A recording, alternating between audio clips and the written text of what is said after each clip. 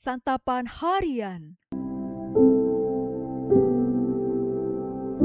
Hari ini kita akan membaca Yohanes pasalnya yang ke-19 ayat 38 hingga ayatnya yang ke-42.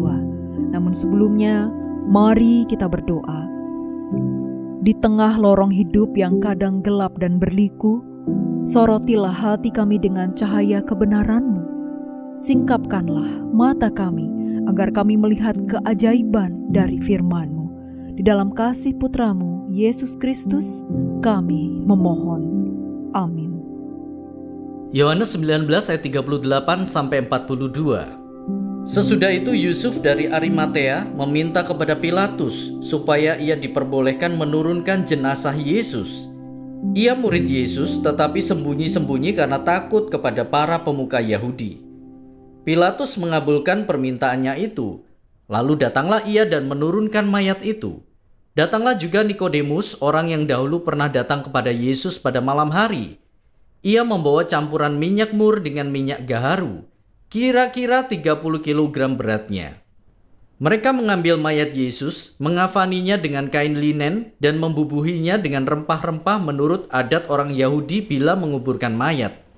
Dekat tempat Yesus disalibkan ada taman, dan dalam taman itu ada kubur baru yang di dalamnya belum pernah dimakamkan seseorang. Karena hari itu hari persiapan orang Yahudi, sedangkan kubur itu tidak jauh letaknya, maka mereka meletakkan Yesus di situ.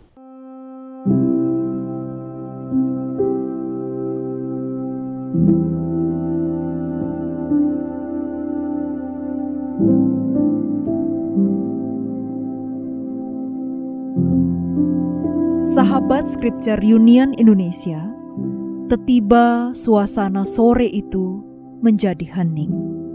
Teriakan sirna, kerumunan pergi. Golgota sunyi. Yesus dan kedua orang di sebelahnya telah mati.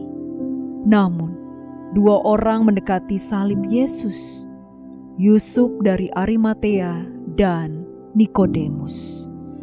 Setelah mendapatkan izin dari Pilatus, Yusuf menurunkan mayat Yesus. Nikodemus datang membawa campuran minyak mur dan minyak gaharu, kira-kira 30 kg beratnya. Mereka pun memperlakukan mayat Yesus menurut adat orang Yahudi dan menguburkannya di gua kubur yang baru. Penguburan sesuai tradisi Yahudi adalah ungkapan kasih dan hormat. Pada umumnya, penjahat yang tersalib dibiarkan membusuk di atas salib atau dikubur di kuburan massal. Namun, kedua tokoh ini ingin memberikan penguburan yang layak bagi Yesus. Menurut tradisi, kubur kosong yang baru hanya dimiliki kaum bangsawan, dan campuran minyak kira-kira 30 kg adalah berat yang dipakai untuk menguburkan anggota kerajaan atau bangsawan. Tindakan mereka menjadi pemenuhan hukum Taurat dan penggenapan nubuat Perjanjian Lama. Keduanya berasal dari kelompok yang terpandang dan memanfaatkan keistimewaan itu untuk melakukan yang terbaik kepada Yesus. Namun, yang paling menyentuh bukan hanya tindakan mereka, melainkan suasana di mana tindakan itu dilakukan. Mereka tidak datang ketika Yesus dieluk-elukan orang banyak. Mereka hadir saat Yesus mati, saat tidak ada lagi mukjizat, saat semuanya diam. Iman dan kesetiaan mereka tidak dinyatakan di tengah keramaian atau dipengaruhi oleh keramaian.